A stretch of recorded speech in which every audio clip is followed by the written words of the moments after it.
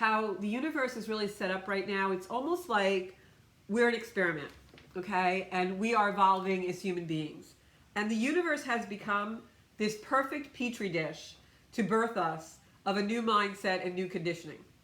And so the post I wrote was really about the Scorpio moon and the energy of Scorpio and what it does. And the Scorpio moon actually came in this morning, so you'll feel it for a couple more days. For those of you who have been feeling it in the last few days, it was very, very heavy, very intense energy. Remember, Pluto is transformation. Pluto is transfiguration, you know, the phoenix rising from the ashes. And so the post was about the fact that the astrology right now is giving us some beautiful energy from the universe so that we can actually do our inner work. And I'll get to what I really mean by that in a sec. There's also this event that's happening in the 3D world, this pandemic, that has put us in a lockdown, right? Which I think is a really negative term to use. I prefer that it's put us in a sequester. It's put us in a pause. It's put us in a time when we really need to slow down. So we've got the astrology mirroring the three-dimensional world. And then there's a third factor that's coming in. And that third factor is the way this is playing out in all of our personal lives, in whatever way. And I know from the work I do with clients and just even talking to my own friends and my own acquaintances, that there's been a lot of things happening in people's lives personally. This is also because the astrology right now, there are planets that are in places that they've never been before. And there's also planets that are transiting places that they haven't been for hundreds of years. And the last time they were in those places, it was historically times of deep pandemic. It was historically times of political unrest. And one of the things that the transits that are repeating had in common was that they all basically changed the world in some way, and we ended up with some kind of a new world order. So now we have those things repeating themselves. And we have planets going into places they've never been before, bringing us entirely new energy that we have to integrate. So now you take what's going on in the outside world, in the collective, you take where the planets are pushing us into a certain place, and you take what's happening in all our personal lives, which are a direct result from those two aspects, right? What is this all about? Well, all the feed on and I have 3 Facebook pages, and the feeds on my Facebook pages are completely swallowed up with arguing, dissension, derision, separation. Very few, even really high vibe individuals, like I consider myself to be for the most part, very few are really staying in that high vibe. I mean, it's even challenging for me because we are so surrounded by this controversy and conflict and this side and that side, and everything is duality. And so the post that I wrote was about stepping out of that. And I think there was even a line or a quote in the post, and I don't have it. I usually do write my posts in a Word document or in a note document. But for whatever reason, that morning I didn't do that. And one of the things I said in the post was that the Scorpio moon is coming in, and it's putting us in touch with our shadow. It's putting us in touch with the deep places that we really don't want to go, but that we have to go in order to emit change, emit evolution, emit a higher vibration. And we've got to purge them, and they got to come out. And this is a deeper purging than any Lysol wipe could ever do, let me tell you. And if I seem a little harsh in what I'm saying here, it's because, quite honestly, I'm really fed up and I really don't care. I'm fed up with everything that I'm reading, and that our planet is going into a negative when all the things that I see in my meditations, in my channels, in my astrology, are all there and being put in place and divinely orchestrated so we elevate to a higher frequency. And yet all around me I see so much negative, and I'm staying out of it. I'm trying to stay out of it.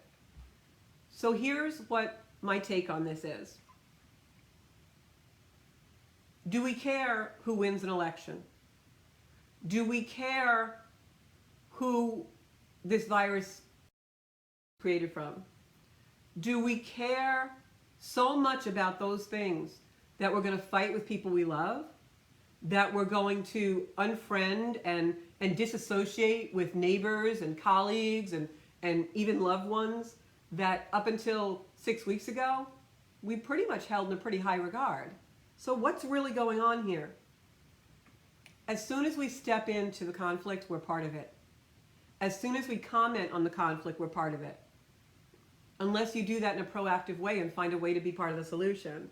And I really don't want to come off preachy or lecturing, but this is the event. I don't know how else to say it. For months, maybe even years, I would wake up every morning and I would feel this sense of anticipation, like something was coming. And I didn't know what it was. It was almost like the feeling like when you have a date on your calendar that's a wedding or a special birthday or a party or some event. And every day you wake up and you're like a little closer to it. Well, for months and years, I felt like that. Like it's anticipation that something was going to happen. And I realized recently, about, I'd say a month ago, it went away. And I realized I was in the event. This is the event we've all been waiting for. You know, some people talk about galactic people coming in spaceships, and that's fine. Some people talk about angels coming down. Some people talk about a visitation from an ascended master. Some people channel all those things. I'm one of them. But what I can tell you is, right now, this is the event. Everything that I see in every dimension that I travel in, whether that's the third dimension, the fifth dimension, seventh dimensionals, ninth dimensionals, it's all geared up and in place in a perfect way for us to raise our vibration. And what all of this energy is saying, 4 planets in retrograde, a powerful Scorpio full moon like we've never seen in a long time, societies going home and closing their doors so that we have to sit in introspection, things in your personal life suddenly unraveling because in the truth of it, you have no need for them anymore. When you go into a higher vibration, we see that. We all go through that. All of these things are set up in a perfect petri dish for us to evolve as human beings, connect with ourselves, and go to a higher level of consciousness where love and unity is in the world. It's all put in place like that. But what's happening is I see humans going into a matrix that's fake, a matrix that really doesn't matter. I've been through quite a few elections in my life. You know, I'm not 25 anymore. And none of them really affected me that much, to be honest. And I was somebody who years ago was out campaigning for candidates like my very life depended on it. And I'm not bashing anybody who's political. I'm not trying to cop out. I'm just saying that there's a more important thing at stake here. And that's your own humanity and the way that you treat people and the way we treat ourselves and the critical mass of not only the collective, but the critical person within us all that as we sit in silence and we sit in isolation, speaks to us. And what is that voice saying to you? And what kind of a person are you going to emerge from this event? And that's what it's all about. It's not about if we homeschool or if we go to distance learning. It's not about if I'm on unemployment or do I have a job.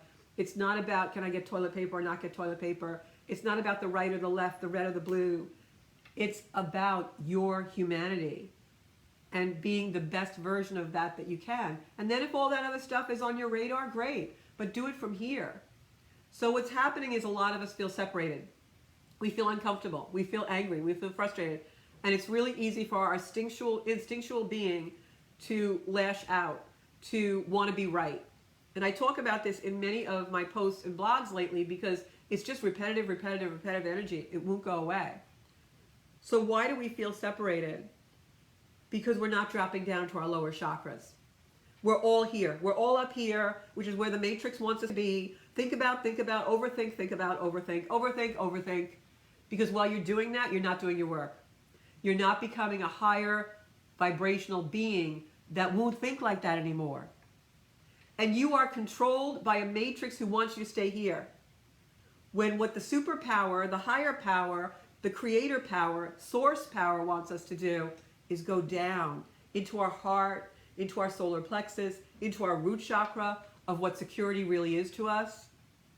So I invite you all the next time that you have an urge to post, and I do it. Hey, my delete button's gotten a workout on my iPad and computer like none other these last few months. And then hopefully I delete. You guys probably see posts go up and posts come down because I'm I'm no better than a lot of other people in this. There's no better or worse. It's just we're humans. We have an instinctual conditioning within us. So just like every day you take that Lysol wipe and you wipe in the counter and you wipe in the mailbox and you wipe in your car door handles and you wipe in your steering wheel, wipe the conditioning. You can see how angry I am about this. Because this is what humanity has been born for, is to rise up and emerge and really become what we're supposed to be. And we're not doing it. We're falling into the matrix that wants us to be all in this brain, all in the might is right. I'm going to show you. It has nothing to do with who you really are. So let's drop down into our lower chakras and feel this beautiful petri dish. Because, ladies and gentlemen, humans out there, we are focusing on the wrong crap.